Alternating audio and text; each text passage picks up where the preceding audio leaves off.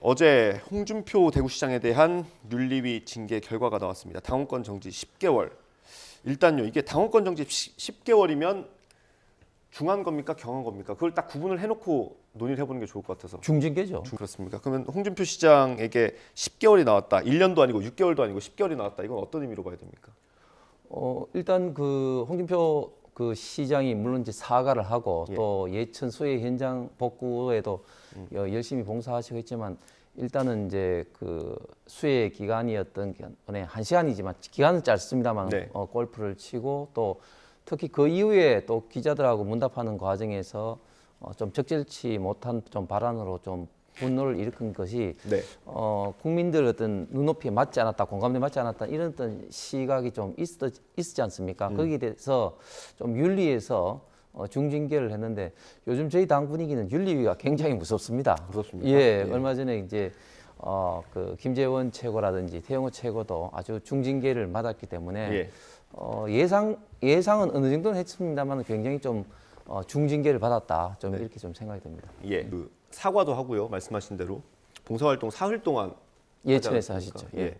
그렇게 했는데 중징계 나온 게 홍 시장 입장에서는 조금 아쉽지 않을까요? 좀 수수할 수 있죠. 사실은 뭐 그 경고 내지는 또 뭐 당근 정지를 하더라도 기간을 좀 줄일 수 있는데 그럼에도 불구하고 또 홍 시장 또 입장에서는 시장으로서는 사실 당근 정지되는 게 국회의원하고는 달리 지금 뭐 내년 총선이 있는 것도 아니고 뭐 지금 당장 뭐 큰 어떤 영향 데미지는 없기 때문에 그런 거를 좀 이렇게 좀 받아들이지 않나. 그리고 뭐 이때 좀 말씀 좀 드리고 싶은 거는 강기정 시장도 지금 해외 가가지고 지금 구설수 올랐거든요. 그렇기 때문에 저희들 지금 어떤 당에서 판단하는 이런 기준이 굉장히 뭐 민주당하고 굳이 좀 비교하기는 그렇습니다. 굉장히 좀 높기 때문에 좀 무섭다는 말씀 좀 드리겠습니다. 알겠습니다. 당권이 없다고 해서 홍준표 시장이 이 발언을 멘트를 안 하려던 그런 스타일은 아닌 거죠. 그래서 본인이 당원권 정지됐지만 발언권은 정지되지 않았다. 뭐 그런 이거를 내기 때문에 그거하고는 아무 관계 없는 것 같습니다. 그렇습니다. 10개월이면 이제 총선 때까지고요. 그 징계 기간 중에 말이나 어떤 실수를 하면 가중해서 처벌할 수 있지 않습니까? 그렇습니다. 그렇기 때문에 그런 메시지로 받아들일 수 있는 거 당연한 아니에요? 말씀입니다. 그 이제 징계 양정이 이제 그 경고, 당권 정지 그리고 이제 그 당에서 탈당 권유? 탈당 권유가 있기 때문에 사실은 뭐 유사한 어떤 그런 사례가 있으면 당연히 이제 가중되는 어떤 그런 어떤 징계 절차를 밟을 수밖에 없는 것이죠. 그러니까 이런 걸 해석하는 입장에서는 그렇게 생각을 하는 거죠. 혹시나 공천 과정에 잡음이 생기고 홍준표 시장이 거기에다가 공격을 하게 되면 좀 논란이 될 수 있으니 그걸 사전에 차단하는 거 아니냐 이런 관계가 해석입니다. 없죠. 왜냐하면 당권 정지 6개월 받은 거나 10개월 받은 거나 어차피 가중되는 것은 똑같은 것이지 뭐 10개월이라 더 가중되고 그런 건 없죠. 일단 한동훈 장관의 어떤 상임위 태도라고 할까요? 그 부분에 대해서 어떻게 보십니까?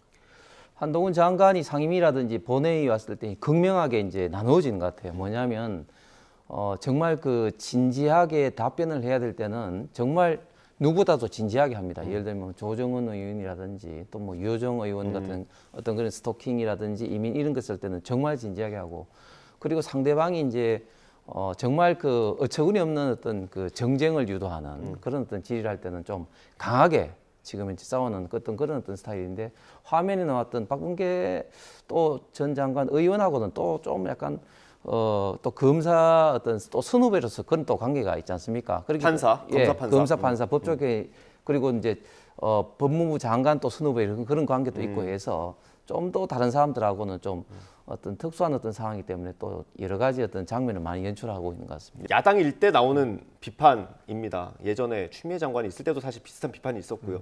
이런 걸 좀 개선할 필요는 없겠습니까? 어떻습니까? 이대로가 괜찮습니까? 당연히 뭐 개선돼야 될 부분은 개선돼야 되겠지만 그러나 이제 민주당에서도 생각을 해봐야 될 게 사실은 이제 좀 집요하게 공격하는 것은 민주당이 저희들보다 훨씬 더 수가 높거든요. 그런데 과연 이제 그런 것들이 결과가 어땠느냐? 추미애 장관 시절에 지금 윤석열 검찰총장을 굉장히 많이 이제 좀 괴롭히면서 윤석열 총장의 정치적인 어떤 겁을 높였지 않습니까? 지금 한동훈 장관도 지금 벌써 대선 주자 반열급으로 왔는데 그 민주당에서 좀 집중적으로 좀 공격을 많이 한 어떤 그런 국무위원이죠, 장관이죠. 그런데 그 결과가 어떻겠냐면은 계속해서 민주당 의원들이 뭐 이모라든지 쓰레미라든지 청문회부터 해서 뭐 헛발질이라든지 또 대정부 질이라든지 또 상임위원회에서 할 때 한동훈 장관은 어떻게 보면 좀 코너에 좀 멀고 어떤 정치적으로 내지는 어떤 정책적으로 좀 어떤 어려움에 공격이 빠뜨리지는 못하고 계속해서 당하는 모습을 보여줌을 통해서 네. 사실 한동훈 장관의 어떤 급이 굉장히 지금 많이 올랐죠. 사실 저 장면도 물론 뭐 결과적으로 한동훈 장관의 어떤 모습이 뭐 일부 시각에 따라서 뭐 그렇게 긍정적이지 않을 수는 있겠습니다만 그러나 또 원인을 또 초래한 것은 또 박범계 장관이 네. 얼굴 표정이 왜 웃느냐 이런 식으로 하니까 먼저 도발을 하니까 이제 그 표정 가지고도 관리하느냐 이런 식으로 이제 나가는데 저는 박범계 의원의 저런 어떤 태도도 물론 법조계 후배고 또 후임 법무부 장관이기 때문에 뭐 친근해서 그런지 모르겠지만 저런 태도가 좀 저런 현장에서는 상임위 현장에서는 좀 바람직하지 않다고 생각합니다. 네. 이화영 전 부지사의 재판이 조금 전화는 저희 입장에서 좀 혼란스럽습니다. 뭐 아내가 변호인단을 해임했다가 다시 이화영 전 부지사는 내 뜻이 아니라고 했다가 민주당에서는 검찰이 회유하고 있다고 하고 한동훈 장관은 민주당에서 압박하고 있다고 하고 이걸 어떻게 봐야 될지 의원님. 예, 상당히 그 이례적이고 사실 그 전례가 잘 없는 건데 원래 부부가 법정에서 싸우는 것은 이혼 소송일 때는 가끔 싸운다고 합니다. 예. 그런데 이런 어떤 소송에서 부부가 법정에서 싸웠다는 것은 제가 이야기를 들어본 적도 없는데 결국은 제가 두 가지가 있는 것 같아요. 지금 이화영 그 전 부지사 부인 같은 경우는 네. 같은 이제 운동권에서 만났다고 하지 않습니까? 그래서 굉장히 좀 지금 강성 이재명 대표 지지하는 뭐 강한 뭐 개딸 그룹에 속해 있고 뭐 그런 어떤 스타일이 이제 이런 데서도 좀 반영되고 있다. 사실 법정에서 막 큰 소리 치는 거 이게 참 보통 일이 아니거든요. 그렇죠. 방청석에서 그러는 게 쉽지 않죠. 네.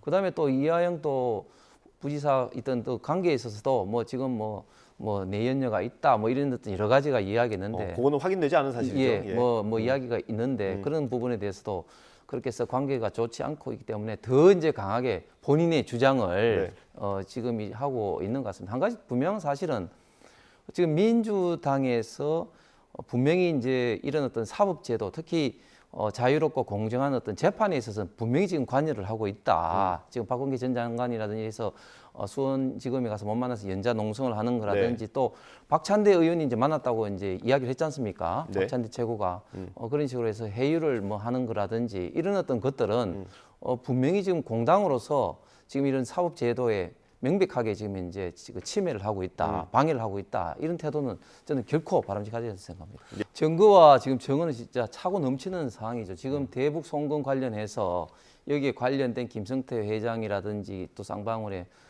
방영철 부회장 그리고 아태협의 뭐 안보수 또 회장이라든지 또 국정원 또 그런 어떤 문건이라든지 이 모든 것들이 결국은 800만 불을 이제 쌍방울이 북한에 줬다는 게 이미 입증됐고 사실은 그렇게 많은 증언과 증거에 의해서 이화영 전 부지사도 계속 부인하다가 결국은 이제는 막판까지 코너 몰렸기 때문에 조금씩 이제 이야기가 이제 나오는 것이고 거기에 대해서 변호사가 법정으로 이제 이야기를 한 것이고 그것 때문에 결국은 이제 이화영 전 부지사 이제 부인이 이제 변호사를 교체하겠다고 했는데 결국 이화영 전 부지사 내 뜻이 아니다 선언했는데 조만간 내일인가요? 뭐 또 법정 정언을 이화영 전 부지사 하니까 그때 이제 결판이 나겠죠. 원칙적으로 이제 변호인은 이제 100% 입회할 수밖에 없는 거죠. 물론 이제 피고인이 나는 변호사하고 뭐 같이 안 하겠다 뭐 그렇게 했으면 모르겠지만 지금까지 이야기 나온 거 보면은 결국은 이제 이화영 전 부지사가 검찰에 이야기한 것을 변호인이 이제 재판정에 줬지 않습니까? 그건 결국은 입회를 한 상태에서 어떤 진술을 변호인이 줬기 때문에 100%한 것이고 지금 구속 수사되면은 아무리 그 뭐 경미한 사항이다 하더라도 스트레스를 엄청 받을 수밖에 없습니다. 그렇기 때문에 이걸 뭐 검찰의 뭐 해유 압박이다 이거는 뭐 있을 수가 없는 일이고 오히려 이제 검찰의 해유 압박이라고 이렇게 주장하고 이런 걸 통해서 검찰이 어떤 지금 현재 수사를 흔들려고 하는 어떤 그런 어떤 시도인데 지금 현재 사법 시스템에서는 그렇게 말하는 게 어떻게 보면 좀 우스운 일입니다. 다음에는 처음으로 열린 전체 회의였죠. 그래서 어떤 얘기들이 나올지 많이 관심이 쏠렸고요. 실제로 뭐 새벽까지 진행이 됐다고 합니다. 새벽 1시 반까지. 이게 의혹이 해소가 된 것 같지는 않고요. 뭐 공방만 하다 끝난 것 같습니다. 어떻습니까? 결국은 이제 본질적인 이 의혹 시초는 이제 그 이해찬 전 총리가 문제 제기를 했지 않습니까? 전주 당협에서 민주당 당협에서 이제 문제 제기를 했는데 결국은 이제 세 가지인 것이죠. 김건희 여사 일가가 이제 투기를 목적으로 산 땅에 대해서 부당 이득을 주기 위해서 예전에 없던 노선을 바꿨다. 이 세 가지 아니겠습니까? 그런데 이제 알고 보니까 그 세 가지가 지금 하나도 만든 것이 없어요. 이게 투기 목적이 아니라 벌써 4, 50년 전에 뭐 선산이라든지 그런 목적으로 산 땅이고 그리고 부당 이득을 주느냐? 원래 이제 뭐 IC 나들목이라면 뭐 그렇게 땅 지가가 오를 수가 있겠죠. 예를 들면 예전 전 총리가 있던 집이 같은 경우 세종 고속도로에 네. 뭐 그 연기 IC가 있으니까. 그런데 이건 지금 IC가 아니고 제시기 때문에 오히려 뭐 땅값이 내리면 내리지 절대 뭐 부당 이득을 줄 수는 없는 거고. 그리고 이제 노선을 바꾼 것에 대해서는 2018년도 양평군의 이제 2030 계획에서부터 있었고 특히 네. 또 실질적으로 바뀌게 된 거는 타당성을 담당하는 어떤 용역사에서 네. 그렇게 된 것인데 그러니까 이런 어떤 문제에 대해서 문제 제기를 해야지 본질적인 문제인데 어제도 보면은 그냥 백지화한 것에 대해서 그 원희룡 장관에 대해서 사과를 해라. 뭐 사과 때문에 계속 좀 툭탁툭탁 또 많이 하고 그다음에 정보를 공개하는 이 문서가 이게 정확한 거냐 뭐 이런 식으로 했단 말이죠. 뭐 자료 제출 가지고 한 1시간 반, 2시간. 예, 그러니까요. 그러니까 본질적인 어떤 문제는 이미 다 사실상은 해소됐다고 네. 저는 보여집니다. 그렇기 때문에 더 이상 없는 사안에서 사소한 또 꼬투리를 정쟁을 잡기 위해서 어제 1시 반까지 그렇게 했는데 네. 이런 문제 가지고 또 이제 국정조사까지도 한다? 이런 것은 마치 지금 문제가 되고 있지 않는 네. 사안에서 계속해서 정쟁으로 끌고 가려는 어떤 그런 시도밖에 네. 보이지 않습니다. 이재명 대표가 오늘 의총에서 이런 얘기를 했네요. 이 서울 양평고속도로 문제는 아무리 이해하려고 해도 이해할 수 없는 명백한 국정농단 사례다라고 했습니다. 그래서 뭐 국정농단이 뭔지 모르겠습니다만 네. 자 다시 정리를 하면 양평고속도로가 15년부터 논의가 됐는데 지금 현재 있는 그 예비 타당성의 이 노선으로 뭐 그렇게 전부터 이제 확정이 된 거는 이제 네. 아니죠. 그다음에 이제 두 번째는 계속 이야기가 됐습니다만은 국토부에서 99년 예타 제도가 생긴 이후로 24개 있던 도로가 통과되는데 그 중에 한 14개가 예타 노선하고 달리 이제 노선이 바뀌었다는 것이고 네. 지금 앵커 뒤에 있는 지금 화면에 있습니다만 저것이 네. 이제 양설이 아닙니까? 예타에는 저기에 결국 이제 분기점이 이제 만들어지는 건데 네.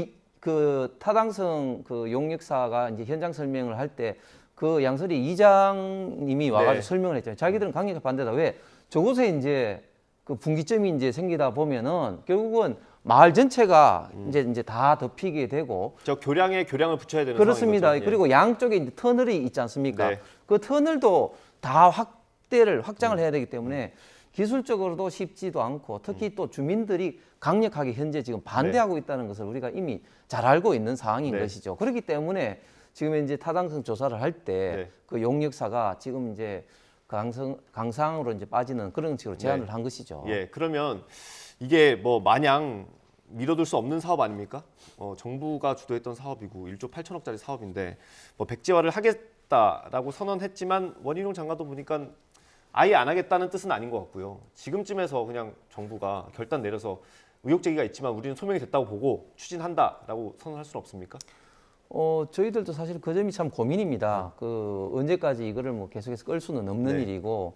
근데 저는 이제 민주당에도 좀 부탁을 하고 싶은 게 결국 이제 국정조사라든지 하면은 이제 결국은 계속해서 이제 정쟁으로 가는 거죠. 네. 그러니까 어느 시점에는 핵심적인 어떤 의혹이 이제 풀리게 되면은 이걸 이제 좀 정리를 해야 되는데 제가 다시 말하지만 세 가지 의혹에서 정리가 됐는데 또 이걸 국정조사로 해서 계속해서 끌고 나가는 것은 이 사업에 대해서 진정으로 저는 하고 싶은 이런 어떤 문제보다는 어떤 정쟁화를 계속해서 좀 끌고 가려는 어떤 민주당의 의도가 있는 것이 아닌가 생각합니다. 예,